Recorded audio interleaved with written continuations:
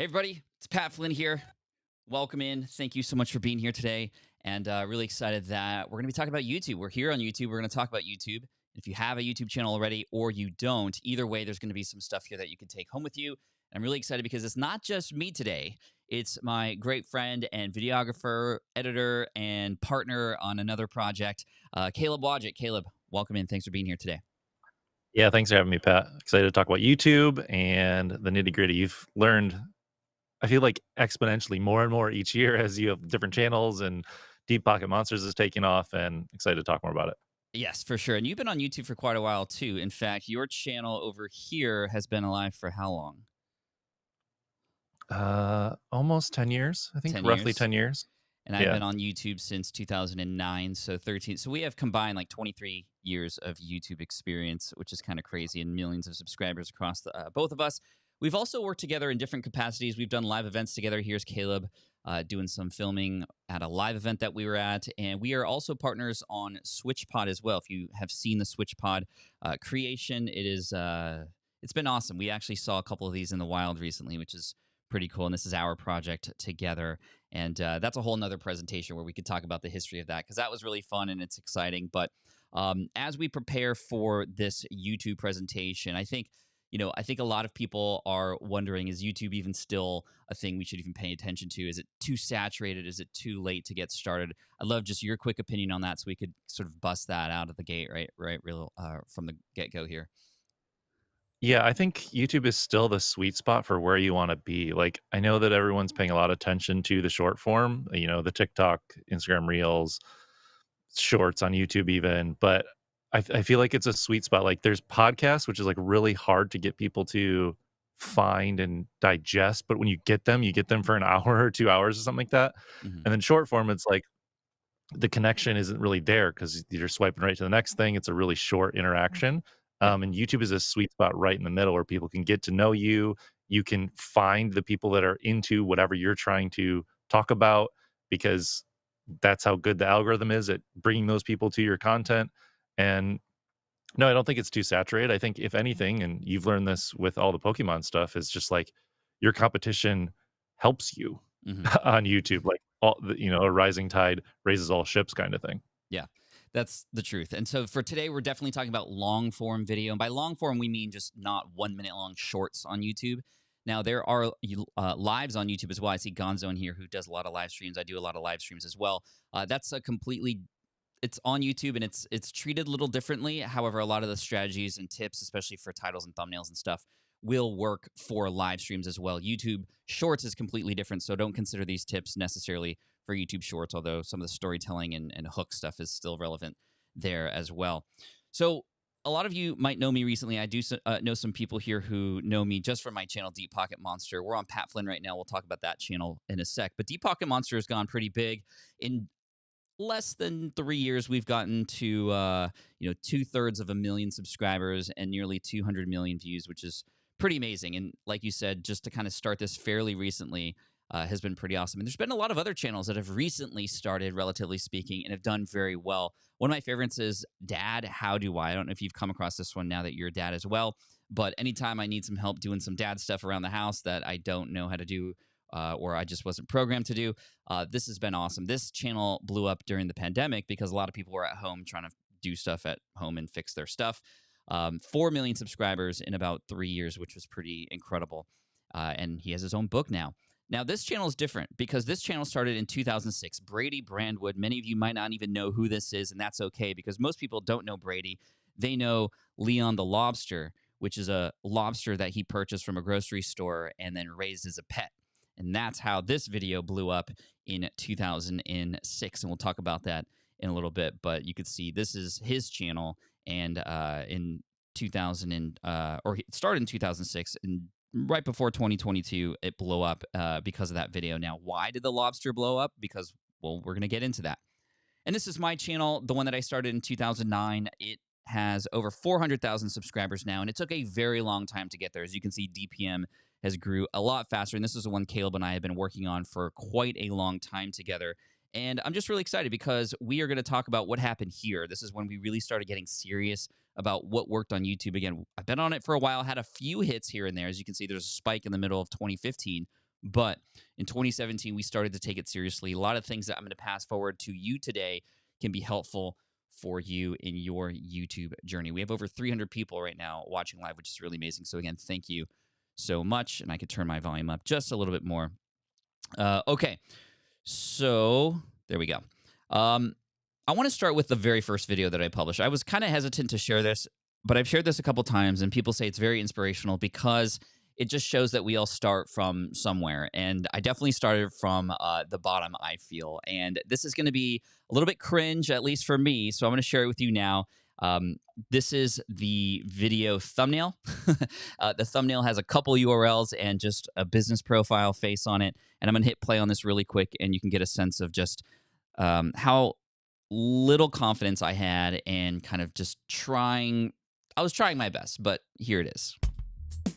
Hey everybody, this is Pat Flynn from the Smart Passive Income blog at smartpassiveincome.com, and I'm trying something out a little new today. This is actually my first video that I'll be putting on YouTube and on my blog, and I'm using some really cool tools that allow me to do some really cool things.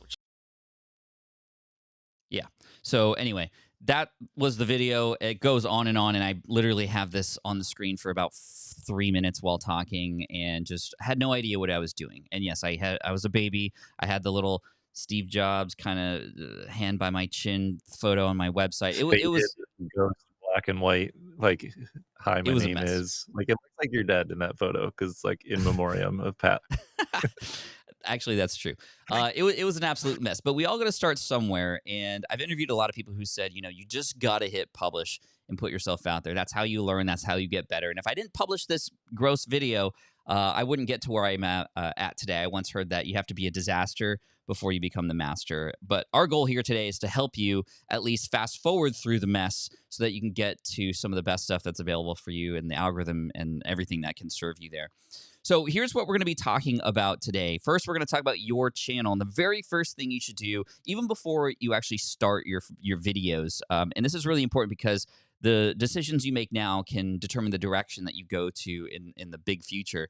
And that may or may not be where you want to go. Number two, the best way to know how to make a channel that's worth subscribing to. And a lot of the basics of the YouTube algorithm, it's actually not as hard as you might think. There are multiple data points that help you get more views and get more subscribers, but we're just going to give you the basics because honestly, simplicity is something that Caleb and I are really, really big on. If we were to make things more complicated, then you are less likely to do them. And people like to overcomplicate things, especially when it comes to YouTube. And then we're going to talk about your videos. We're going to break down the click and stick strategy. This is the approach that you might take and that you should take to get the most views. And that's what we want, right? But it's not just the video. It's what happens on the title and thumbnail. And so the click and stick strategy is going to be really important for you to learn how to generate title and thumbnail ideas that actually get more clicks, hooking a viewer in so that they stick around to the end, and the most important pieces of data that YouTube can tell you. Because Caleb, there's like a million things that YouTube tells you. This is the great thing about YouTube, and also the not great thing about YouTube. Their data is endless, and that can be very overwhelming, right? But we're going to break it down for people to make it more simple, right? Yeah, I mean, if you wanna know exactly how many, like, 25-year-olds in Dubai are watching your videos on Tuesday morning, like, you could figure that out, but you don't need that kind of data. You need, like, the overarching, like, "Okay, is this going well or is it not going well?" And we can break down, like, the simple parts of the analytics for people. Exactly. And then finally, we will talk about monetization and kind of how to do it because there's a lot more ways than just YouTube ads to do that. What's really cool is you're getting sort of a glimpse of what we have in our course, YouTube from Scratch. This is a course we launched last year that's been very successful, helped thousands of people.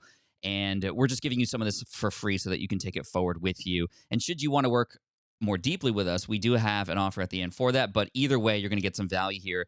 And it starts with the myths, right? There's a lot of myths. It's really important to understand that we could tell you all the tactics and all the tips and all those kinds of things. But unless you kind of get over those stories that are going to hold you back, that you're telling yourself in your head, then it's not going to matter at all. In fact, it'll just be more overwhelming. So the first myth here, and Caleb, I want you to speak to this because you review cameras, you talk about cameras all the time. The myth is you need fancy camera equipment, but we believe that when you buy something fancy, it'll automatically make your videos better. But what's the actual truth there? Well, I think it's because people see bigger YouTubers or people that have more subscribers and their videos look really nice, and what happened is they got big and then their videos look nice. It usually is not the other way around where like they bought all the equipment and the microphones and the team and the studio and all that stuff. And that's why they are successful. That's why they have a lot of subscribers. It's usually the opposite. They grew big enough and then they had the money and the resources to then invest in those things. That's exactly right. And so the truth is, you don't need very much fancy equipment at all. There is a video from Leon the Lobster, or Brady. I call him Leon the Lobster, even though it's a lobster. It's kind of his channel, though. But as you can see in the back here, there is an iPhone. And that's all you really need. You just need an iPhone to get going. Can I just check with the chat really quick that the sound is okay? I want to make sure that we are all good. But Leon the Lobster, as you can see, it's just an iPhone. And what really matters here is there's just good storytelling. There's something worth watching and discovering and uncovering as the video goes on. That is more important than the quality of the video itself. And I think when you think about it, it's actually the audio quality that's more important than the video quality, because you could watch a video that has poor video quality, but at least decent audio, and you'd still watch it, right? But if you have a video that is really good quality, but the audio is terrible, then you're out, right? It's like not even worth watching because you can't listen to it, just like the person who just left the chat. But let's go to the next myth. The beastification of YouTube. This is a term that has been going around lately because Mr. Beast, as you might know, spends a gazillion dollars on every video, and then other people are trying to copy him, and some of those videos do really well. You need huge, elaborate spectacle to get views on YouTube, and this is absolutely not true, right? Absolutely not true at all. Although we are seeing in a lot of places. What are your thoughts, Caleb, on just this like urge to spend more money on videos and go bigger to get views? I mean, I can understand why people feel that way, but what is really going to make a video go viral? Not how much a person spends on it, right? I mean, there's really two things. It's, are people clicking on the thumbnail and title? And then are people watching the video? So both of those things are what those types of videos do, where it's like an outlandish thing of like last person to still be touching the car wins it, or like the balloon one you showed with like the arrows. Like people want to see that, so that's the click. But you can take that into any industry. You just need to try to entice people to get the click, and we'll talk about that in a little bit. And then keeping them watching. And the editing in those videos is so fast, and there's so much text on screen, and people are yelling, things are happening. It's just like they're wild videos that are entertaining, and so they get more watch time that we'll talk about. And those are the two parts of the formula, and those types of videos do it well. But you can do that without being over the top and spending a bunch of money and having like entertainment style content. You can do it with educational stuff. You can do it with inspirational stuff too. Right. It's the idea of taking the idea of, okay, well, yes, throwing an arrow through several balloons is really interesting, but in your niche, what would be the equivalent of that? What would be just as different or radical, not necessarily expensive or big or huge or elaborate, but a question that is maybe on the top of everybody's mind that you are actually going to test and figure out, for example, right? So we can pull inspiration from a lot of these bigger channels, but no, you don't need to spend that much money. In fact, I would recommend against it. This is Leon the Lobster again, or again, Brady. And if I fast forward here, you could see that all of the videos that have Leon, it's interesting because Brady doesn't necessarily just focus on Leon, but all of the videos that focus on the lobster have millions of views. Whereas his other ones about motorcycles or Venus flytraps, they don't really go many places. So this is, again, the algorithm at work, but also the idea that you just need a good story to tell, and you could keep going with that story over time. Here's Michelle. I like Michelle Carr because she puts herself in situations that we are all very curious about. She tried the Army. She tried the SWAT team. She tried 911 dispatch. She tried etiquette school. And these are interesting things that are worth watching. And yes, over time, she's been able to film and tell the stories better. But even just the idea of this is something that, okay, well, I'm never going to go to etiquette school, but what would that be like? I'm going to watch this video because I want to find out. Here's Charlie. Charlie, many of you might not know her, but she's a designer, and she has over 200,000 subscribers because designers follow her because she's very transparent and authentic with her work in the design industry. She actually works over at ConvertKit, and you can see she has like the purple theme going on. Even her hair is purple, but she's just herself and tells the story of her career and her career changes and her career up-leveling, and people love to follow that story, and she shares a lot of tips along the way, which is great. Now, I've been doing a lot of fishing, Caleb, you know this, and I've been diving into the world of fishing channels on YouTube. There are many different fishing channels on YouTube, yet they each specialize on something very different, at least the bigger ones. Tactical Bass, and you can see from the thumbnails there, they go very into the specifics of each lure and when to use them and what season and what barometric pressures should be around that time of the year for that particular color. It goes really into the science of those kinds of things, and that's what I like about Tactical Bassin. Then there's Fish the Moment, who's specifically for people who fish with onboard screens like fish finders and those kinds of things. So he tells a lot of things. You can see some of the screenshots there at the bottom. Those are what the view of a boat's fish finder would look like. And so how do you read these? How do you find the points on the lake that have the best bass? Greg Blanchard, he's specifically not just a bass fisherman, but he is fishing out of a kayak. So people who also fish out of a kayak love to follow him because he tells the story of his tournament days and things he wish he had done differently, right? So again, you could be in the same niche as other people, but when you find your voice and your own specific lane in that, it can help you so much. And now those other fishermen or those other people in your space aren't necessarily competition. They can actually become partners and friends, right? We see this all the time on YouTube, collaborations, right? How important are getting connected with other YouTubers in the same space that you're in? I know you do this really well. You know some of the other channels that review film equipment and whatnot. How important are those relationships, Caleb? Well, the thing is that your ideal audience isn't going to only consume you. Like, if they are someone that consumes YouTube, they're going to watch other people, and YouTube will tell you even in your creator studio analytics what other channels and what specific videos your audience, your people that watch your videos, are watching, and those are the people you want to get connected with, whether that's interviewing them on your podcast or on your YouTube channel, doing a collab video where you're both in it. Maybe you're in a video on their channel and they're on a video on your channel. Like, that will show YouTube and your audience that you guys are connected, that you're friends, and your videos will recommend to each other. And, like I said earlier, like you'll both grow that way. Yeah. And as I often say, the riches are the niches for sure.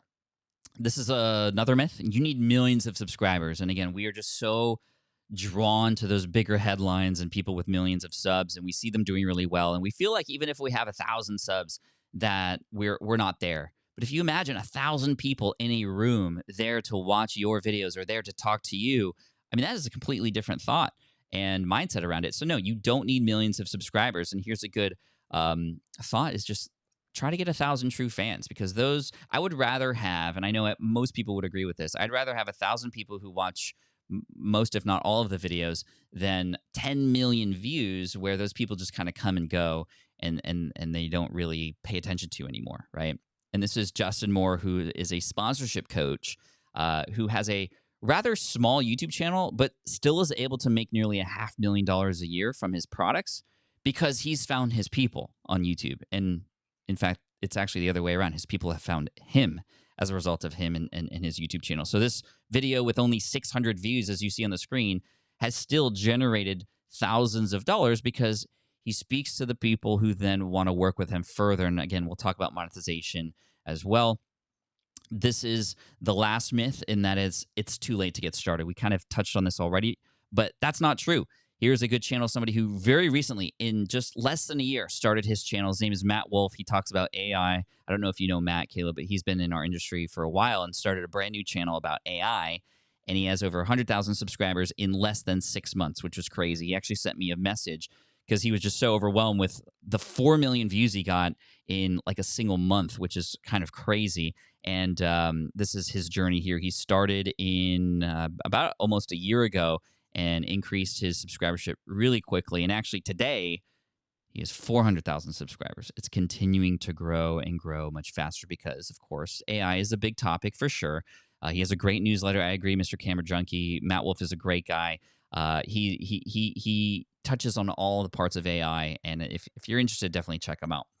So my thoughts are, and I know you agree with this, anyone can YouTube, right? And there's 2 ways to go about it. Number one, you can take the long road like both Caleb and I took, which is long and years of mistakes and a ton of frustration. We've had to figure things out together. We've been to Vid Summit a bunch of times, VidCon, trying to learn as much as we can, and it finally pieced together in 2017 and 18 when we started working together. Or you can take the shortcut. You can decide what works, and you can have less frustration. So let me know in the chat, just to make sure you're still here, Would you rather go down the long, hard path, number one, or number two? Give me one or a two. Hopefully, it's all number two here because we're about to get started with the meat of this presentation. But before we get started, Caleb, any final thoughts on myths or things that might hold people back from actually experiencing success on YouTube? I think if someone's starting brand new from scratch, then they're usually just scared of people that aren't even going to see the videos, and that's holding them back. Like they're worried about friends or family or strangers that like might find it and not like it or whatever. Like they're too hung up on that Mhm. versus like focusing on who's going to actually watch this and can I be helpful to that person? Can I be funny to that person? Can I connect with that person? That you get so caught up in what people you don't know are going to think about you as opposed to like focusing on who's actually going to see it. I love that. My final thought before we get going here is that it might just take one video. I mean, I've seen it happen where people have been around for a while and then one video changes everything. And you might not know what that video might be, but at least with the guidance that we're about to share with you, you can give yourself the best chance to have that one video go wild and start to really amplify things. Because when you have that one video go, it pushes all the other videos, and then you follow it up with another video, a part two or step two or what have you, and it can just start to amplify and accelerate things rather quickly. And that's the beauty of YouTube, as you were speaking to earlier. Unlike podcasts, it's very difficult to sort of have a podcast episode go viral unless you have like a celebrity or something very controversial on it that people start sharing, because it's mostly word of mouth. The algorithms for podcasts aren't really there like they are on YouTube.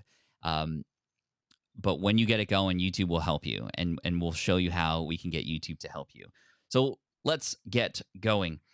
The first thing that I would do when starting a new YouTube channel is actually not start a YouTube channel, right? There's got to be a little bit of research done beforehand, and you just alluded to this.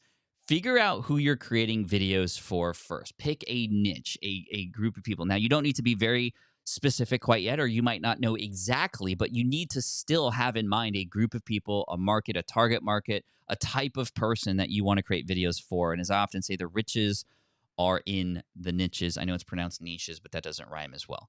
Your channel could be about really anything, your interest, your expertise, obsession, whatever your work is, a talent that you might have, your journey, a passion, a struggle, curiosity, something you're learning. Maybe you're not an expert, but you are using video to document your becoming an expert, similar to what I did with Deep Pocket Monster. I never claimed to be a Pokemon expert. In fact, I said I wasn't, but I'm learning as I go, and I share those results along the way. Your goal, whatever makes you weird. Yeah, it could be about all those things. And I'm going to tell you the first channel that I built was the Pat Flynn YouTube channel about entrepreneurship. And that was the niche, entrepreneurship, right? But unfortunately, I created videos about too many topics. So this is an idea about it being too wide, essentially, right? This would be the similar to you, Caleb, if you created stuff about video, but instead of just doing reviews and help with software and tools, you did scripting, you did storytelling, how to get into Hollywood, and also how to create a YouTube channel, and also how to do shorts, and also how to do YouTube. And like, if you did all those things, it's very difficult for a person who has a very specific need or a very specific type of person to know exactly what you're going to offer them, because every video may or may not be relevant to them. And that was, as you know, because we've been struggling with this for years, my problem with this channel, because these are all the topics that I've become known for. And what happens is people come, they get what they need, and then they leave. Any thoughts about that? Yeah, I mean, I think early on when I was starting my channel and we were doing your channel, like we were just following things we were interested in, and we didn't really have a big game plan. You're like, oh, and there's not a good video about this piece of gear that I'd want to buy. Like, I'm gonna make a video about it. Like, Mhm. those can be good ways to kind of get practice and to try to figure out what you want. But as you're going, you want to choose some sort of lane, like you were talking about earlier with the 3 fishing channels. Like you explain the differences between those as opposed to just this is a fishing channel and they talk about everything like open water fishing and like river fishing and fly fishing and like sport fishing, and like you could pick a lane for that channel, and that helps other people identify that when they're looking for something or describing it to someone else and recommending it. And it is just helpful to not make videos about everything. Yeah, for sure. By the way, there will be Q&A at the end, so be sure to stick around for that. But yes, what I could have done is focus the channel on specifically podcasting, which is what a lot of people came to me for. But then when I came out with an SEO video, people who came for podcasting just didn't click on it. And of course, when people aren't clicking on things, that tells YouTube, okay, well, I guess this audience doesn't really want it. And so we're going to kind of throttle its reach. And again, more on the algorithm in just a bit. But I do want to share this quote, which I really love because it really speaks to why people subscribe. We think that when we create a video and people watch it, that's why they subscribe, almost like a thank you. Like, that video was good, I'm going to vote for this channel and I'm going to subscribe to it. What really is happening, and this is really important to think about mindset, people subscribe because of the videos that they want more of. I like this video, I want more of that. And if you are an existing YouTuber, if you haven't done this already, go into your analytics and find the videos that people are subscribing to the most. Those are the ones that people are saying, I like this kind of content, I want more of that. Therefore, you should create more of that, right? I think we try so hard to make a video so good that we just earn a subscriber versus here's what our channel is about and here's what you can expect when a video comes out. And this is why Deep Pocket Monster's subscriber rate is growing so quickly, is because people can expect a really good deep story video in every video that comes out on Deep Pocket Monster. And now we know as creators, it's like, if it doesn't fit that, then it's not going to get published on the channel because it's not what people are subscribing for. It is difficult, I will say, to remain in that niche because I want to do all the things, but by staying small, you go big. By staying small, you go big. And it's kind of counterintuitive. Here's a channel that did really well. Clear Value. This is a YouTube channel about tax. Who wants that? Well, he discovered what people were needing during the pandemic, which was information about the checks that you'd get, right? The what were they called? The Stimulus checks. The stimulus checks. And so what happened is people had no idea what was going on. He had information about what was happening because he could read all the fine lines within all that paperwork that was coming out. And what was really interesting was that this guy was just as upset and angry as everybody else. You could actually see it in the tone and hear it in his voice, just how he was like grumpy. But people loved it because they could relate to it and they were getting the information that they needed. They were like, this guy's just like me and he just has the information I need. And this channel did really well.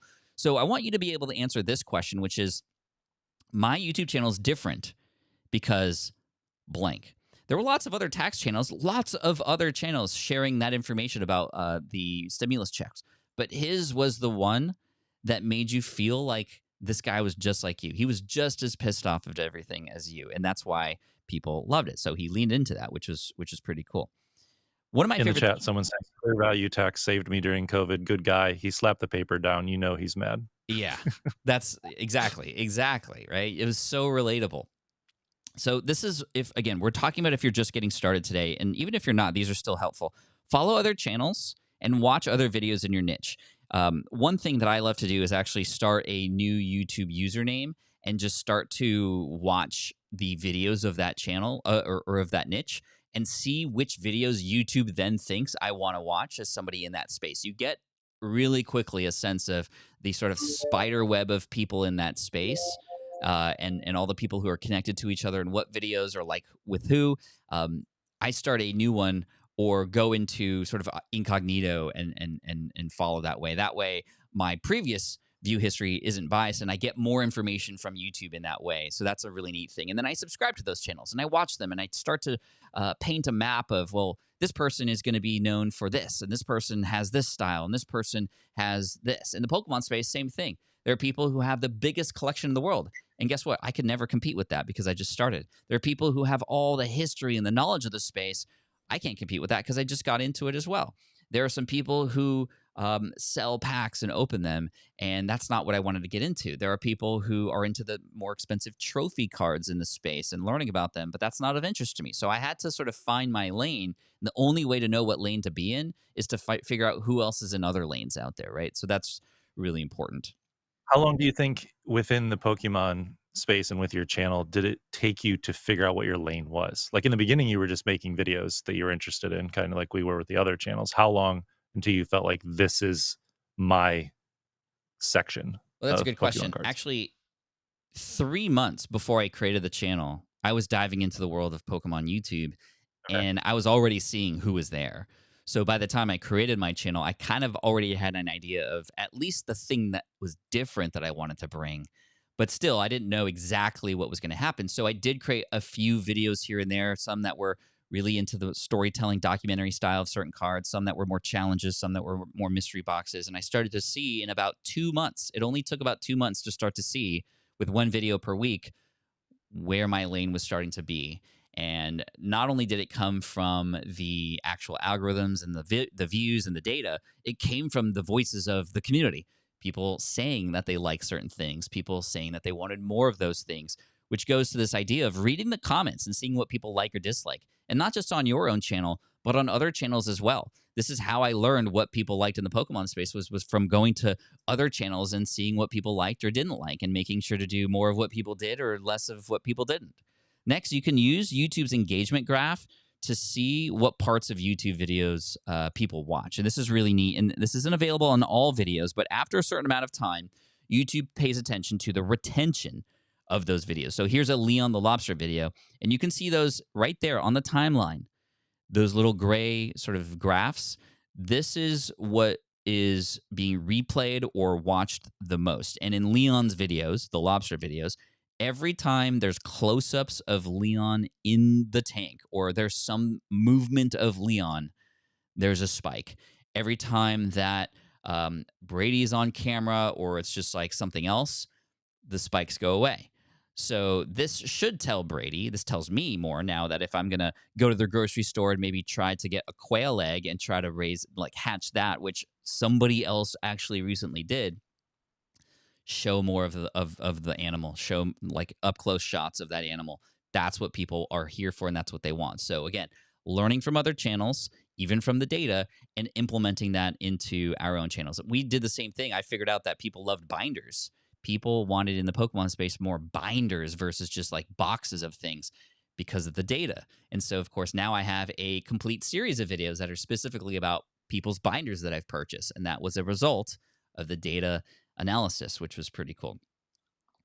Here is the real trick here. If you help YouTube succeed, YouTube will help you succeed.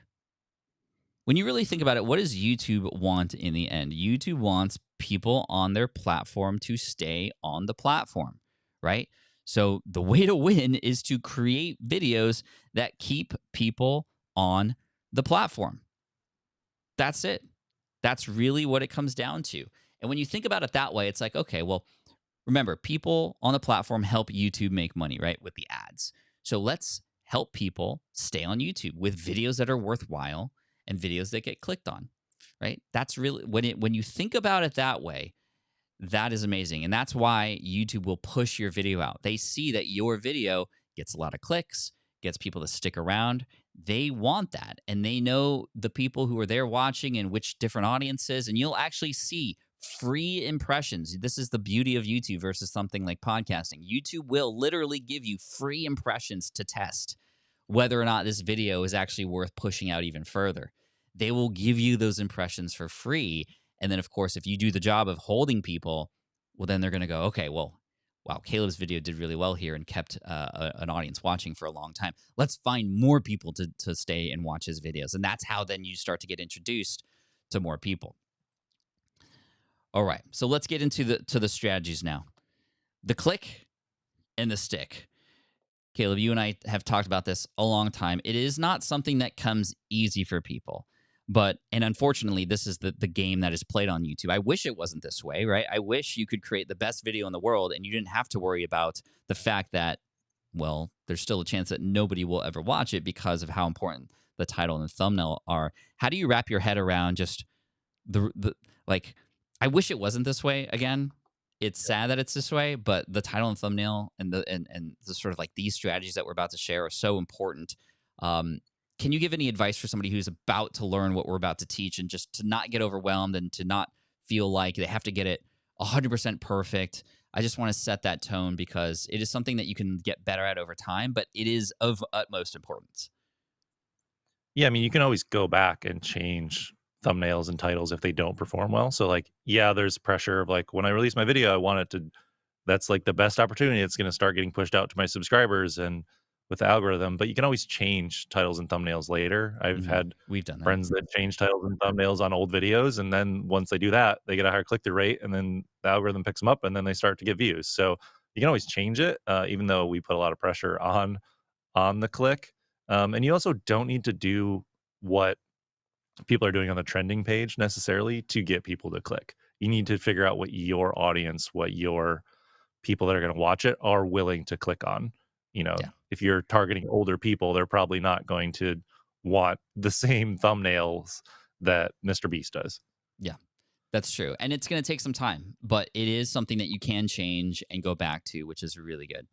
So let's talk about the first part of this, the click, right? And the click is really the title and the thumbnail. It's literally the first thing people see before they even watch a single second of your video. Now, recently, there's been a movement to also making sure that the first 5 seconds of your video have some movement and some visual in there too. Because what happens now when a person is either centered on your video on their app or hover their mouse over it on a desktop, you get a little tiny preview of it. And that also is something that now people can see before they click a video. So adding some motion, adding some like visuals in there in the first 5 seconds of your video can also help with this. But in general, title and thumbnail are going to be really important. Your video might as well not even exist though if people aren't seeing it and clicking on it, which is a really scary thing. Again, I'm not trying to scare you into this, but we want to make this easy for you. So here's my secret. Start with the title. Start with the title. What are free impressions? Impressions are YouTube literally putting your video in front of people on their homepage or in a recommendation. They will do that for free, but if no one's going to click on it, then they're not going to keep doing that. That's what that means. So start with the title. Wait, start with the title? Yeah, this sounds weird because for a decade plus, we've been creating content like this. You shoot the video, then you have to figure out the title. Or you write the blog post, then you figure out what the title is to that. Or you write the email, and then you figure out what the subject line is. This is the way it was and the way it usually is.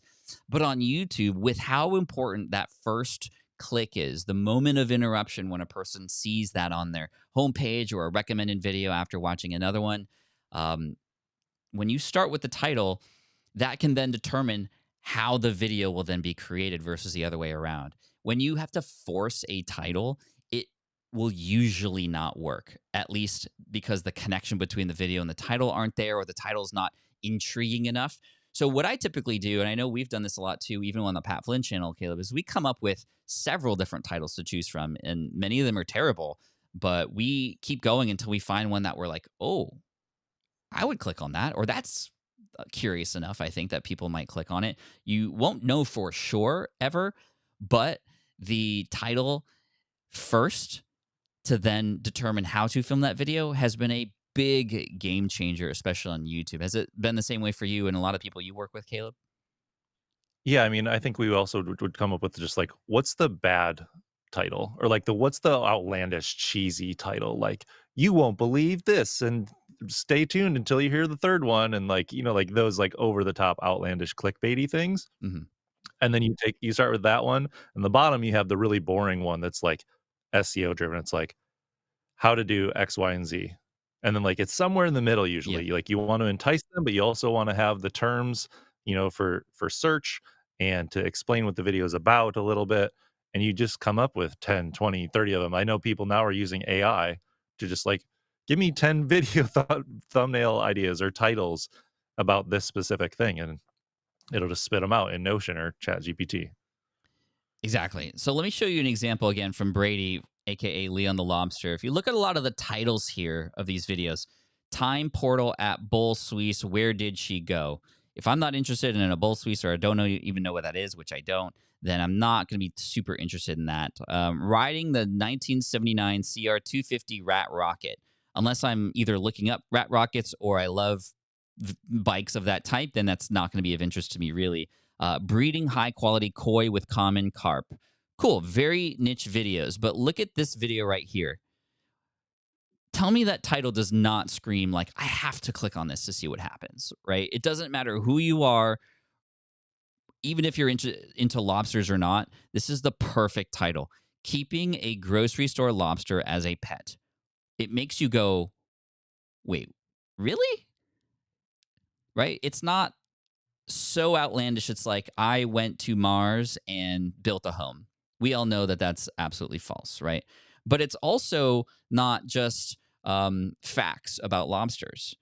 It's something that makes you go, wait, what? It's in that in between, like you said. It turns that head just a little bit.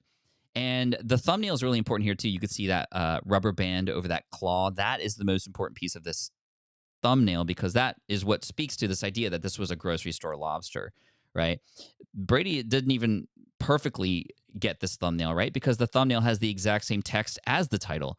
And that is usually not what you should be doing, because that's just a waste. It's just like doubling the thing.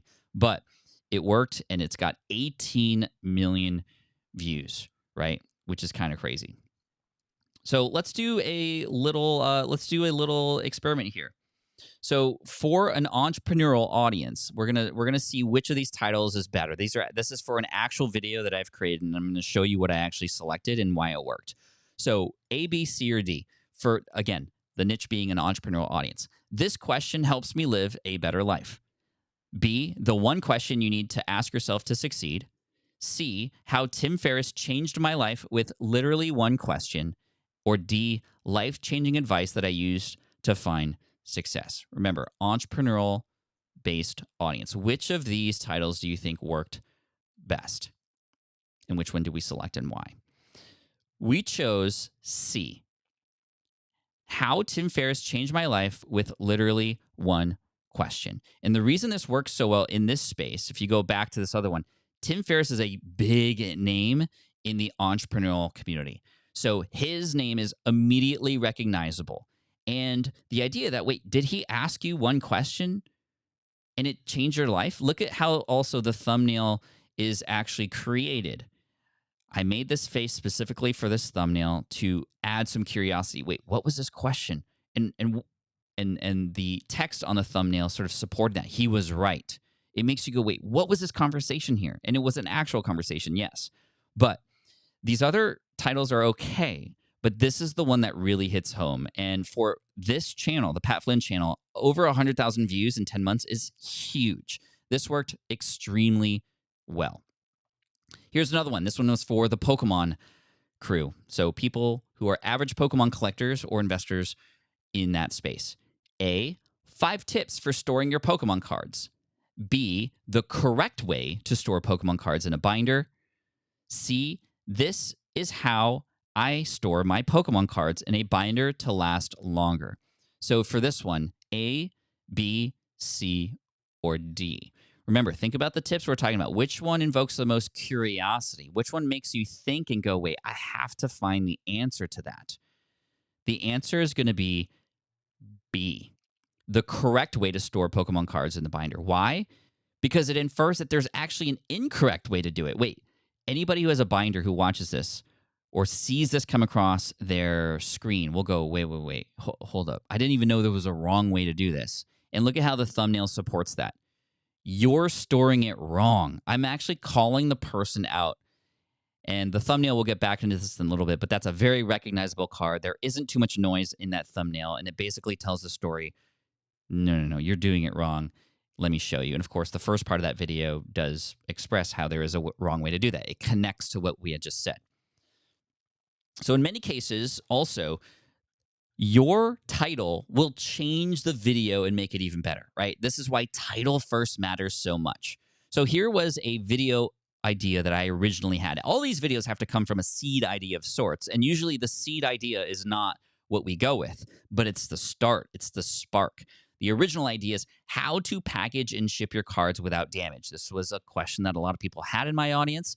I knew that I wanted to figure out the best way to do that and share that information. But that video is not clickable enough for us. Okay, what if you don't ship anything? Then this wouldn't matter to you. Or what if a person assumes that they know how to do this already? Well, maybe they wouldn't even want to hear it from me. There's no reason to click on this unless this is of utmost importance to you. So what did we end up with? Which shipping service damages my Pokemon cards the most? Now we're in clickable territory, right? Why? Because we want to know the answer to this question. So in this video, I actually, because of the title change to which shipping service damages my Pokemon cards the most, we completely changed the way we film this.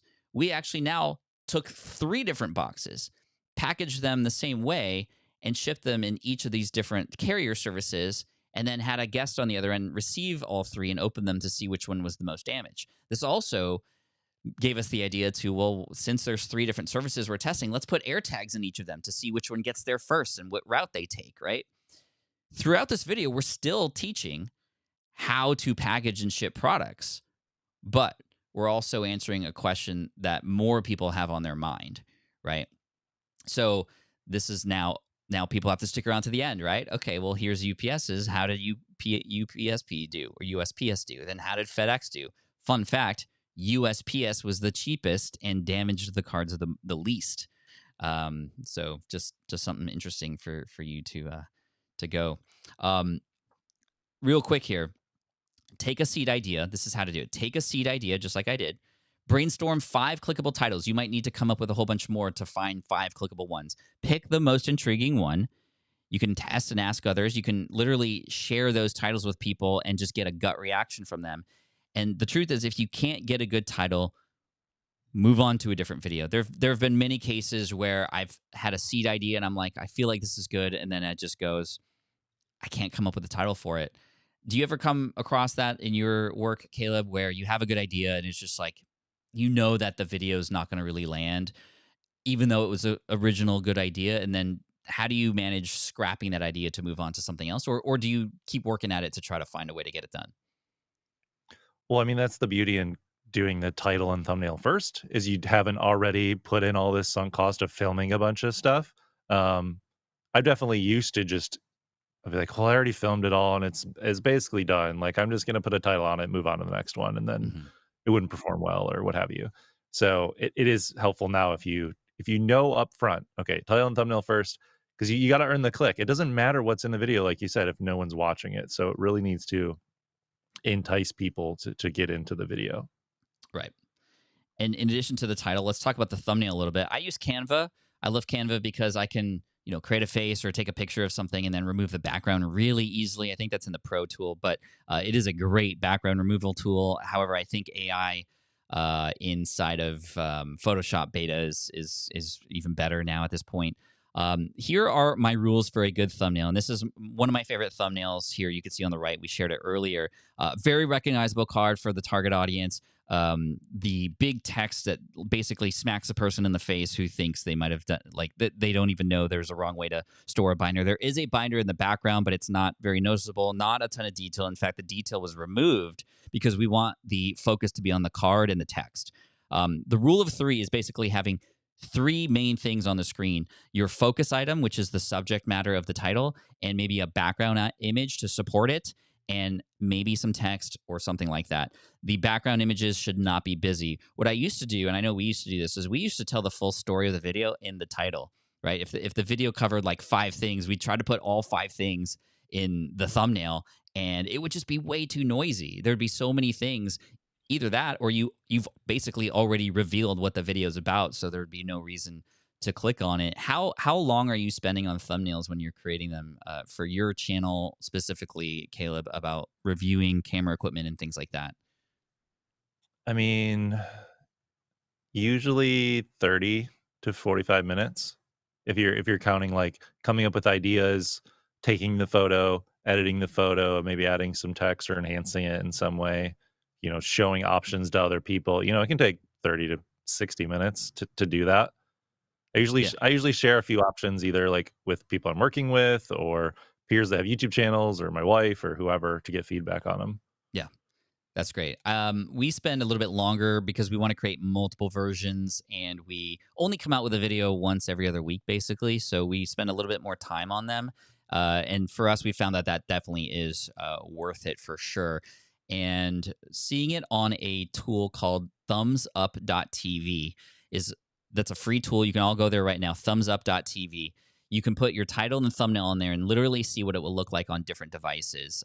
The most helpful one is the mobile device because that thumbnail shrinks down really small. And this is why when you put a lot of detail in a thumbnail, it doesn't work, because at a small scale, all those details go away and it just becomes mush. Now there's nothing that's noticeable or nothing worth stopping to click on. So thumbsup.tv, what's also nice about that is the titles, you can see when they get truncated. Maybe the most important part of your title actually is removed because of the device a person is on. So shortening your titles to make them short and sweet can be great too. There's also a really great prompt from Dude GPT in the chat right now. He obviously knows his GPT stuff, so you can copy that. And thank you, Dude. I appreciate you for sharing that to help you get more thumbnail and title ideas for your stuff. Okay, let's move on now to the stick. So we talked about the click, which is the title and thumbnail. Now let's talk about the stick, which is hook and retention. YouTube will not push your video to more viewers unless they know people are willing to stick around and watch, right? So it's one thing to have a title and thumbnail, but you can have a great title and thumbnail, but if the video is just also not supporting that, then it's not going to work either, right? That would be clickbait, if you will. You need to be a little clickbaity, though. You have to entice a person to click, but it's not the bad clickbait if you don't follow up on the promise of that title. That's the big thing here. If you intrigue a person to click, sure, it may be exaggerative. Sure, it may be a little outlandish. Not so outlandish, but something that is a little bit like, okay, like I got to see that. Fulfill on that promise and you'll have nothing to worry about, right?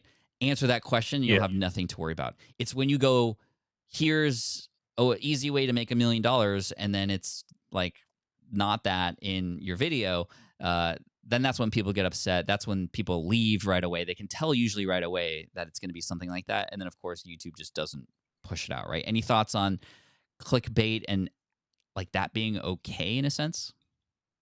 Yeah, I mean, I think if you equate it to fishing, which is perfect for you, like it's like fishing without bait. Like it's gonna be way harder if you don't have bait, if you don't have a lure, you don't have something to entice the fish to come to your hook. You know, like what you're just hoping that a fish swims by into your hook at that point. So like you want to have bait, clickbait, if that's the term you want to use. What you don't want is a bait and switch. You don't want to click on a thumbnail that's one thing and go to another. Like I see these in the sports niche a lot where it's like the craziest basketball shots and it's like someone shooting like 20 basketballs at the same time and it's like something that's not in the video at all and they're just trying to get you to click. That's like a bait and switch to me. Yeah. But if I click on a title or thumbnail and within the first 5 to 10 seconds it's related, it just got me in the door. It just opened the door for me to walk through. Yes, which is exactly why when it comes to the hook at the beginning of your video, you don't want a long intro. You don't need a branded intro in your video, and get into the content people are clicking for as soon as possible. One of my biggest pet peeves, and I see this in the Pokemon space all the time, but I try to like, you know, I help when people ask for it. I don't want to like boss anybody around, but imagine a video. Okay, so here's the thing. You want your videos to grow. Your videos only grow when new people find your videos, right? So hopefully you have a good title and a thumbnail. And imagine a new person watching a video. This is great. You want that. But then your video is 1 minute of you welcoming back everybody else to the video, talking about who you are the whole time, and then even asking for a subscribe or like to somebody brand new. That's like you in real life going up to a person and asking for money without you even getting to know each other. It's like a stranger. You wouldn't do that in real life, but we are doing that all the time on YouTube, which is why at least in the first 10 to 15 seconds of your video, show something related to the thing that's mentioned in the title. And this is what has really hit home with Deep Pocket Monster and has worked so well. I earn that subscription by the end of the video. I never even asked for it up front. And it just gets right into that content right away. Then in the middle of your video, you can talk a little bit about who you are and perhaps why you're qualified, especially if that's important to sort of the expert subject matter. But you gotta just deliver on what people are hoping and expecting right in the beginning of the video. You don't have to share the full answer. In fact, creating a little bit of an open loop or a gap so that people can stick around is important for retention. But at least address the thing that people are clicking for and give them a teaser of what's to come. That is the way. That is the way, as the Mandalorians would say. So the other thing to think about is, well, what's worth a person's time to stick around? Like, what is at stake here, right? Lauren says, I skip those long intros. Exactly. So why do we put them in? So retention. Retention is key. because we want people to stick around for as long as the video as possible, right? So here's an example of a video that I did on Deep Pocket Monster that had bad retention. You can see it's just like a downward slope, and it's there's even a cliff kind of in the first eighth of the video. People are leaving right away. It's below typical. This did a very poor job, and this was I think a mystery box that we opened that just didn't do very well. Still got some views, but it could have done better. This is a graph, a retention graph. Every video you create will have a retention graph after a couple days. This is a great one. Some people are always going to leave right at the beginning, but we get right into the gist of the video, and look at that. Literally a flat line with even a spike in the middle there because people were replaying, watching that transaction. And then no drop off at the end either. So similarly to the beginning, where you can get into what it is the video is about earlier, you can leave the video faster, right? You don't want to leave people hanging. But oftentimes what happens, and this matters for retention on your video and how far it'll reach, you get to the conclusion of your video, right? The big thing happened, the big reveal, whatever it might have been. And then you spend the next 2 minutes talking about, recapping everything, summarizing it, or just going on and on about other things when people have now already have gotten what they came for, right? So for me on the Pokemon channel, a lot of times my videos are about challenges where I complete a video or complete a binder, a collection of 200 plus cards. And in the beginning, we completed that collection, and then I talk about all the people who were involved, and I talk about how grateful I was to the community, and go on for a minute and a half. People were already gone by then. They got to the end of the binder and then left. Now we include all those thanks. We include all the connections to the community before I get to the last card. And we make the last card the sort of hardest one. And then as soon as I get that, within 5 seconds, we're done. Like, we don't even give people a chance to figure out that the video is ended, because what happens next? Now there's an end screen where they can go to the next challenge and the next challenge. Everybody who leaves before the end is not even seeing those end screens. Are you noticing a similar trend with YouTube as far as like the beginning and end of videos being very quick at this point? Yeah, I think that the very beginning, people are showing the best moment from the entire video a lot of the times, and then they'll show it again when it actually happens in the story arc. But they're Mhm. just trying to entice people either when, like you said, they're hovering over it or scrolling and they like starts to play for a second, or just getting them hooked in the first 2 seconds. Just like the most interesting part of the video right there at the beginning. And then at the end, don't say certain phrases like, so in summary, or that about wraps it up, or whatever. Like, I immediately click away when I hear someone say it. It's like, you're just going to say things you've already told me. Like, I Yeah. know, like, we're taught when we're like writing a paragraph essay in school to be like, okay, tell me what you're going to tell me, then tell me, and then tell me what you told me. Like, Mhm. you don't need to do So that on true. YouTube. Like, tell them once, don't repeat things. Like, you don't want to waste time for people. Yeah. And that's the big key right there. We don't want to waste people's time, right?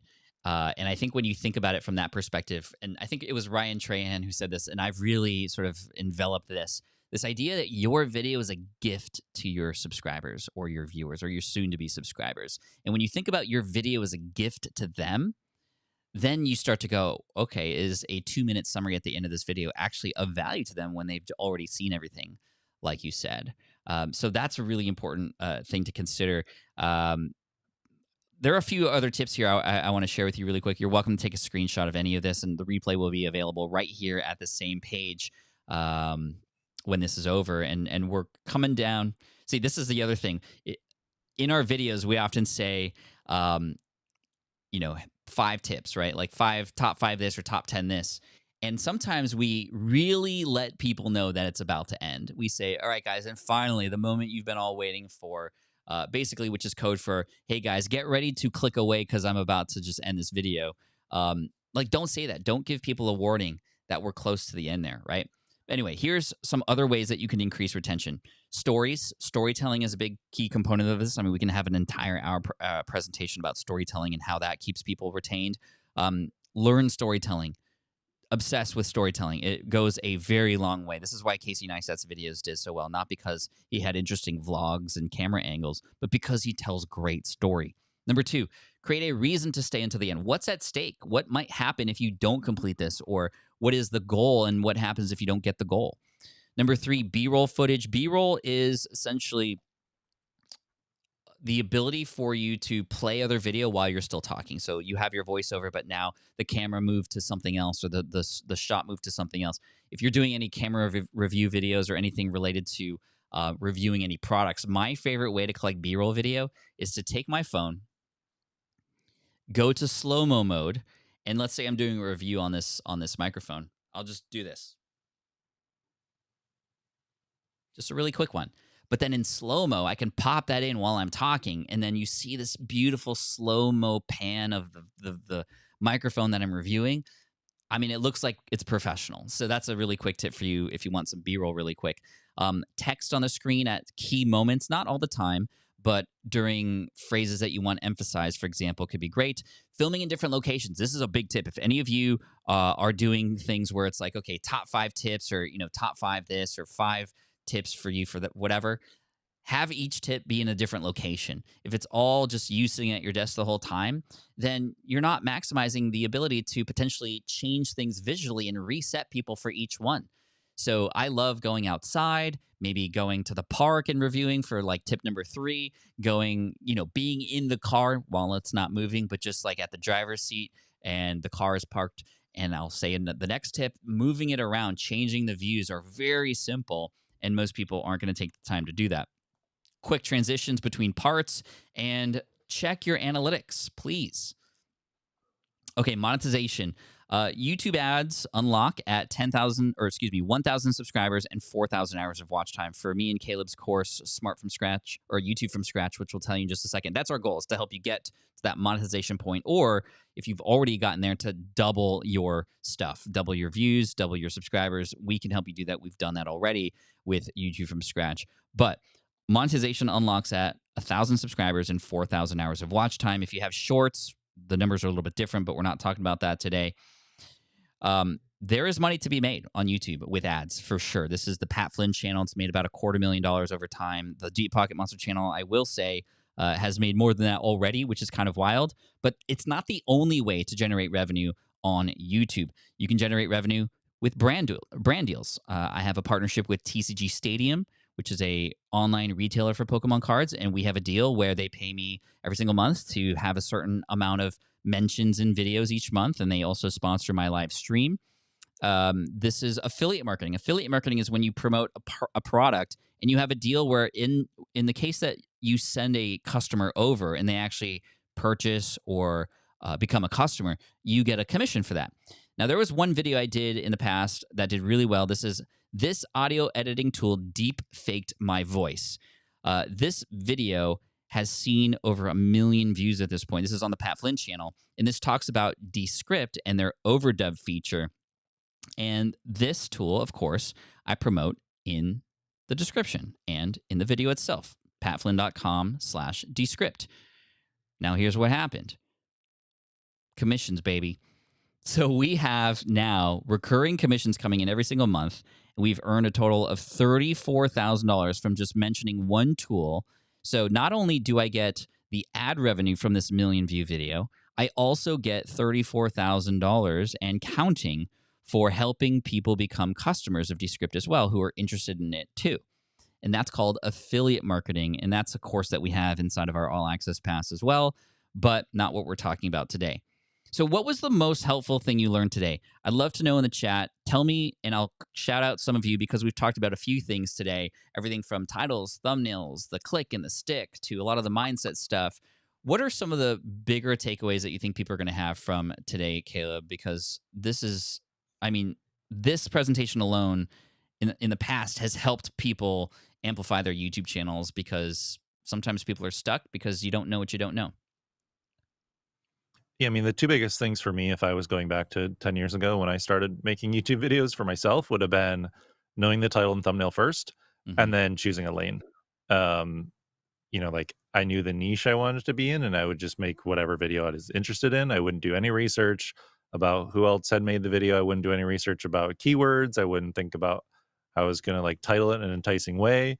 And, all those videos I've made, I have almost 200 on my channel, and each one of those could have made exponentially more. If more people had watched them, I could have made more ad revenue. If more people had watched them, I could have had more email subscribers or more course students, or just thinking about the years that those videos have been working for me after I put in the hours, they would have been more passive and they could have earned me more and reached more people and helped more people if I would have thought through it a little bit more before rushing through the title and thumbnail after being tired of, making that video. Yeah.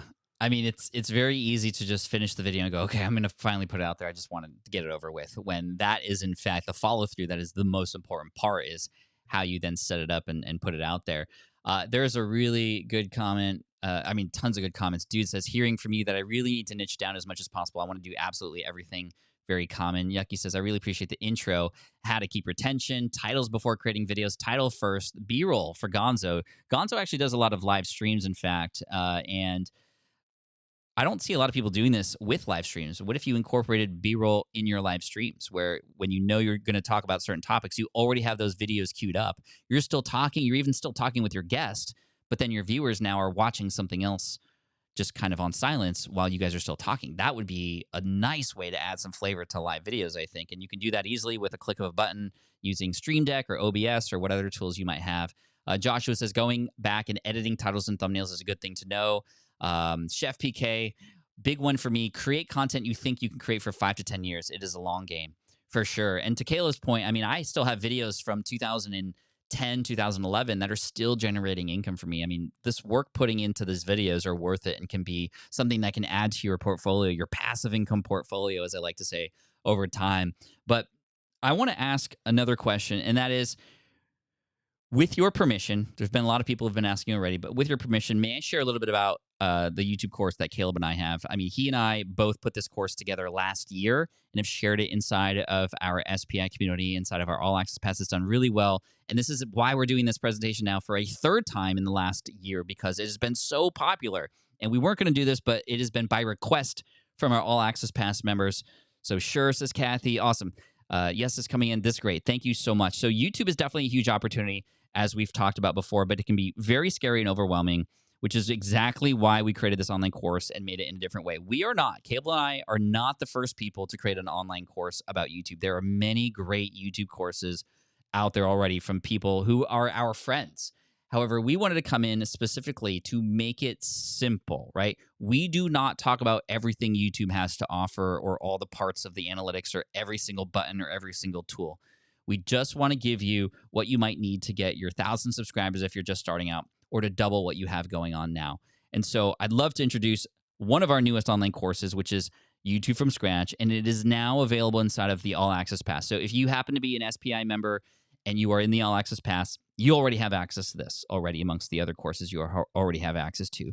And again, our goal is to help you remove the confusion, simplify the plan, and to get you to 1,000 subscribers on your channel, or at least 2x the growth of your existing channel. And like I said, several people have already taken part in this, have gone through our accelerators inside of our All Access Pass, which is where you can go alongside other students and guidance from our team, and have been doing really well. Now, in the past, we used to sell these courses, and we still do for people who just want the courses. You can get the course solo if you want for $499. But we discovered that, number one, not only is this a little bit higher of a price point than what a person might need if they're just not sure or just starting out, but also going at it solo is not the best way to complete a course these days, right? We have the OR now, and the OR is what I just talked about, which is the All Access Pass. So this All Access Pass is something that my team and I at SPI launched last year, and it's been wildly successful. What is it? It's where you can get access to all of our online courses and workshops, more than a dozen. So not just YouTube from Scratch, but our email marketing magic course, our affiliate marketing course, our podcasting course. You can get access to the active community of other like-minded entrepreneurs just like you. You can get access to my team at Team SPI and ask questions and get help and guidance. You get guided pathways, because if we just gave you access to all the courses, that'd be too overwhelming. But we say, hey, if you're at this stage in your business, take these 3 courses in sequence, and then you'll be where you need to be. Or if you're a podcaster, here, take the podcasting track. If you're a beginner, or if you're monetizing, use the monetization track. And our accelerators, which have become the most popular thing, classes of people going through these courses together at the same time throughout the year. We offer these through various courses throughout the year. A lot of times they're determined by the community. And our next one is about YouTube, going through the YouTube from Scratch course together. inside of our All Access Pass, you can see here the courses that you can get access to, along with office hours, all those other things.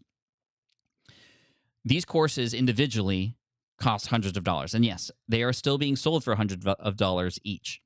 So knowing that, what would you determine would be the likely price of our All Access Pass? Access to multiple courses that are each worth hundreds of dollars. Access to our community. Access to my team. Many people might think this is going to cost thousands and thousands of dollars, which many creators would do that, especially in the online business space. Like, hey, you can get, $5,000 worth of courses for just $2,000 and get them half off. But that's not the business that we want to do. We want you to get into this. And so we've created a plan to give you this at what the equivalent of $59 a month is. The lowest price ever. So it is billed quarterly at $179, but as you can see, this is an absolute steal. We wanted this to be so obvious to you if this is right for you. If this is not right for you, then no worries. I'm not going to force you. But if you know that you need the help and the hand-holding and you want to get into the accelerator, which the kickoff call starts at the end of the week this week, you can get in at the equivalent of $59 a month or $179 per quarter. You can save even more if you go annual. And this is where you want to go. smartpassiveincome.com/YouTube FS. smartpassiveincome.com/YouTube FS. So Julia says, yeah, $5.99. That's the price if you want it solo. But $179 per quarter to get access to everything is totally worth it. And anybody in here who is a part of the All Access Pass will tell you it's worth it. So if you go to smartpassiveincome.com/YouTube FS for YouTube from scratch, YouTube FS, you'll get there. And when you get there, you'll see, yes, you can get the YouTube from scratch course for just a one-time payment of $4.99, but you want to get your pass because that'll give you access to everything else. Here are some testimonials and people who have definitely gotten some results and have started their YouTube channels from the accelerators. Anita on the lower right says, all accelerators flow very well together and the facilitators are so knowledgeable. Kenzo here says, I'm getting triple the views on my videos before just because I'm using better titles and thumbnails. And again, this is the place to go. You want to sign up by Wednesday to get into our accelerator. What is the accelerator? That is where you can get access to the group coaching. Now, no, you don't have to show up live to get access to the lessons. That's the beauty of this. The course is already available, and you can go in at your own pace if you want. But every week, my facilitators will say, okay, get through these few lessons, and then we'll talk about it, and then we'll get through these next lessons the next week. And after 6 to 8 weeks, you'll be done. And you can also get a actual real-life credential for getting through this, a credly that you can use on your resume or anywhere else that you might like on your website. And that is a new thing that we've added inside of the All Access Pass as well. We have now a ton of people with an email marketing and an online course building credential inside of the All Access Pass. And again, we wanted this to be an absolute steal. And we just want you to make a decision. And if that decision is no, that's okay too.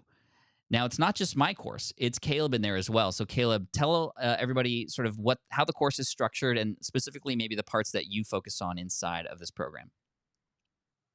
Yeah, I mean, Pat is kind of the heart and soul of the course in that he's really great at figuring out your niche, figuring out what your video should be about, like going through title and thumbnail and things like that. I'm like the technician side of it that like teaches you the behind the scenes part of YouTube Creator Studio and what parts you need to care about when you're uploading and making videos and what analytics you need to care about. And then like, what can you just ignore? So we really try to just focus it on like, okay, what are the things you need to know to get started? How do you get your videos up there? How do you set your channel up? How do you get everything running? And that's what I'll help with is like the technical aspects of it. And Pat's lessons are more about the like, okay, let's figure out what your channel's about. Let's do the research against your competition and how can you work with them and make videos similar to theirs and that sort of thing. Yeah, and the editing portion, which I know is very scary for a lot of people, you have various videos on here's how you edit a video of this style. Here's how you edit a video of this style. Here's how you can film your cell phone camera. Here's how you film B-roll. Here's how you can film something on your screen. And you just make it very simple and you break it down. So again, our whole thing here is that this isn't an everything about YouTube that is available course. This is everything you need to know to get to your 1,000 subscribers if you're just starting out, or to double the current subscriber rate that you have. And many people have tripled, quadrupled, 10x to what they've had. These are the tools that you need. And so together, along with other students going through this accelerator, which again starts this week, you want to get in by Wednesday, August 2nd. All you have to do is go to the link that's down below there, smartpassiveincome.com/YouTubeFS. Hundreds of people have taken it previously and have actually gone through the accelerators. And the accelerators, again, are the guided experience so that you make sure you're not left behind. We make sure you are not left behind. Will we also have access to your other courses? Absolutely. Immediately. But you don't go into all, like, it's really important that you just focus on one thing at a time. But yes, as soon as you finish YouTube from scratch, let's say you want to now grow your email list. Cool. You take email marketing magic and get through that. It's all there available for you without having to spend any additional money, which is great. So do you not stand by the just get started and improve from there? I mean, eventually you got to pull the trigger, right? But I am not in the camp of just ship. I think you want to make sure that at least the ship is being pushed in the right direction. And that's what we're here to do, is to make sure you're at least being pushed in the right direction. I'll be emailing you soon. Yeah, I found some tools you might want to check. that. I was just gonna say, yeah, like, yes, you should just start going somewhere. If you're trying to, like, go on a trip, you should start moving, and it's, like, easier to steer once you're moving, like a boat or a car or something. You can't steer when you're still, Mhm. but you also need to have a direction. So, like, we're trying to give you a direction and, like, a purpose going forward of where you're going to go. Yes, exactly. Zen World says, great deal, but can I cancel after being a member for a quarter if I feel I don't need the all access pass? You can. Get through the accelerator. And honestly, if you feel like the rest of what we have to offer is not of value, then I don't deserve your money, right? Then it's not necessary for you and you got what you need. So yes, absolutely. But what we're hoping and what usually happens is you start to make connections with real people there and you start to see the value of everything else that you have available to you. And perhaps you might stick around. We have the lowest churn rate that I've ever seen out of anybody doing this kind of thing. And this is what we call community-powered courses. We've restructured our business model to be specifically to have the best chance for you to succeed is with other people, right? Studies show that you're 60% more likely to succeed with something when you're going through it with other people, which is why we've done it this way. Why just get started when you can start smarter and avoid a lot of the hassle and unnecessary issues? Exactly, Raven, right? It's like sharpening your axe before you cut down the tree, right? Do you have any YouTube channels from members who have taken the course? Yeah, absolutely. I mean, they're all listed inside of the All Access Pass. I don't have them available to me right now, but that is a good thought. I should probably have those available. But yes, absolutely. And you can connect with them immediately when you're inside, which is cool. Question from Brad. I'm starting a new podcast on cancer and comedy. How would you suggest starting a YouTube show in coordination with the podcast? I'm thinking of recording the podcast in video first, then adding to YouTube. Yeah, actually, in our podcasting course, that is getting upgraded, and a new version of that will come out. And again, already available to all access members in September, which will include a podcasting or a video podcasting, a new video podcasting module, which does talk about YouTube. And now that in conjunction with this course is a perfect combo. But in general, turn the video camera on when you are recording, and now you at least have that video that you can use, and you can use it on YouTube. You could use it in other places, shorts, reels, TikToks, etc. But if you're going to start a YouTube podcast, you just want to make sure that it's inside the YouTube podcast playlist, which you can set when you're uploading your videos, and watch other podcasts on YouTube first. See how they're doing it. How are they engaging? Can you or do you have the capability to do any of that? Sometimes, for example, Colin and Samir, they're interviewing people in person. And not only that, there's multiple camera angles. So it's definitely more intriguing to watch. There are some people who have really good video podcasts on YouTube who just have the side-by-side screen, but then they add B-roll or they add text in editing to just make it a little bit more intriguing. And on the far end, you have people like Rob from Tesla Daily, who doesn't even put his face on camera. He's just using B-roll the entire time during his 20-minute show. So there could be some really interesting things that you could do. I would imagine that one day there's going to be some podcasters who take advantage of, illustrators and animators to sort of enhance their podcast in that way with video. I think I remember I used to watch Dane Cook. Is that the comedian? The comedian, yeah. There were some people, he didn't do this, but there were some people who took his comedy bits and would just illustrate them with like Microsoft Paint or something. But it was like funny and it added to it, and it just like added a visual element to that. So that could potentially happen too. Joyful Art says, what will the next accelerator cover? Well, we're currently running one right now about email marketing, and it's not too late to join that. The classes start this week. The kickoff call started last week. So if you're in there, make sure you get in on that if you didn't already. But for anybody here, the YouTube course will happen, and then there will be another one after that that the community will vote on that you'll end up seeing next. Say, what is the difference between what you are pitching now and the $4.99 YouTube subscriber? Thanks, guys. Oh, that's a separate thing that you don't have to worry about. That's if you join. I don't even. That was during the income stream, which was a year-long live stream that I did for 365 days straight. You could become a member of the YouTube channel, and that's just a way to support the YouTuber here. I like, don't click on that. You don't need to do that. The best way to support would be to actually support yourself by going through the YouTube course and going through it with the other students. The other students are there taking it with you. You're able to hold each other accountable. You're going to get guidance from my own team to tell you which lessons to go through. And if you're struggling at any point, you have the ability to connect with our team and other students to get through it, which is really neat. Hey, Pat and Caleb, I'm considering finally creating a YouTube channel, and I'm already at an SPI All Access Pass member. How many hours per week to start? So when you go through the accelerator, you'll likely require 1 to 2 hours per week to get started. The video lessons aren't very long at all. It's more of an implementation after watching the video that will do it. And by breaking it into the accelerator, by almost chunking it out, it actually makes it easier for you to get through than if you were to just go through it yourself. And that way you're not wasting time either. And also you're being pushed just enough to get what you need. Why are you doing this, Pat? Can't just be for the money. I'm at a point financially where I don't need any additional income, right? This is to serve you and to actually help more people. And I know that if I can help you with YouTube, you're going to help more people too. We're keeping these ripples going. In addition to that, we have an amazing team at SPI and a community of people who are members of the All Access Pass and SPI Pro, and they deserve as much time and attention as possible. In order to best serve them, we need to charge for the things that we have, right? The other thing about that, a lot of people ask, Pat, why don't you just give this stuff away for free? The truth is, and you know this, if you were given this stuff for free, you are not going to do it. By making a small investment in yourself, you're going to be more likely to feel like you have skin in the game and actually go forth with it. And the fact that you're going forth and doing the work with other people means you have all the best chances to actually see some results from that.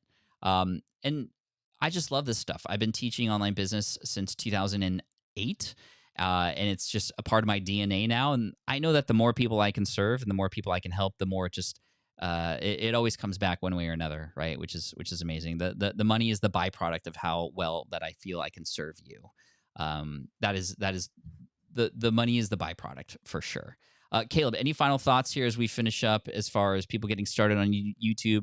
You're going to be a little bit more involved with this cohort in particular, right? So how is that going to happen? And any final words to share? Yeah, I mean, I'll be on some accelerator calls as well in the All Access Pass if people join it that way. So excited to help people in that way. And we have 2 questions that I do want to touch on really quick here that are about starting. One person says, what if you don't have an idea yet of what to market? Now, we do go through that process pretty quickly in YouTube from scratch, but there's also a free course that Pat has called Smart from Scratch. That's all about like finding your doing niche. the resource. Is that free? I'm trying to remember. If you're in the All Access Pass, yeah, it's there. It's free in All Access Pass. Yeah, about like figuring out what you should talk about. What do you want to market? What do you want to make content about? What do you want to sell? That sort of thing. So I would definitely check out Smart from Scratch. And then one more question. I already started my YouTube channel, but I only have 168 subs and 7 videos and rarely post. Should I start over from scratch or try to build from here? I don't see any reason why you need to completely start from scratch unless you are making a channel about something different. Like there's no reason to nuke what you have and blow it all up and start from zero. Like use that as a stepping stone. You know, you have 168 subs. You could always make those 7 videos private if you don't want them public anymore and just go from there. Yeah, 100% agree with that. Make your next video the best video you've ever done. It doesn't need to be perfect, but just make it better than the other ones. And then the next video after that, you learn from it, you see what happens, and then you take that and try to make the next video even better. You try to implement something that you feel that you can do better on with every single video. That's something that I always try to do. Like I might say, okay, in this video, in addition to, getting a good title and thumbnail, I want to tell story in this particular video better than I ever have. So I'm going to lean into that. And I'm going to do things and watch other people who tell great story and start to incorporate those things. Or, hey, in this video, I'm going to be maybe a little bit more vulnerable than I ever was because I want to share and be honest with my audience. Okay, so how do I lean into that? Who else is being vulnerable out there? And how are they doing it in a graceful way that doesn't feel like you're either just begging for likes or subscribes, but also, you're honest and authentic and upfront.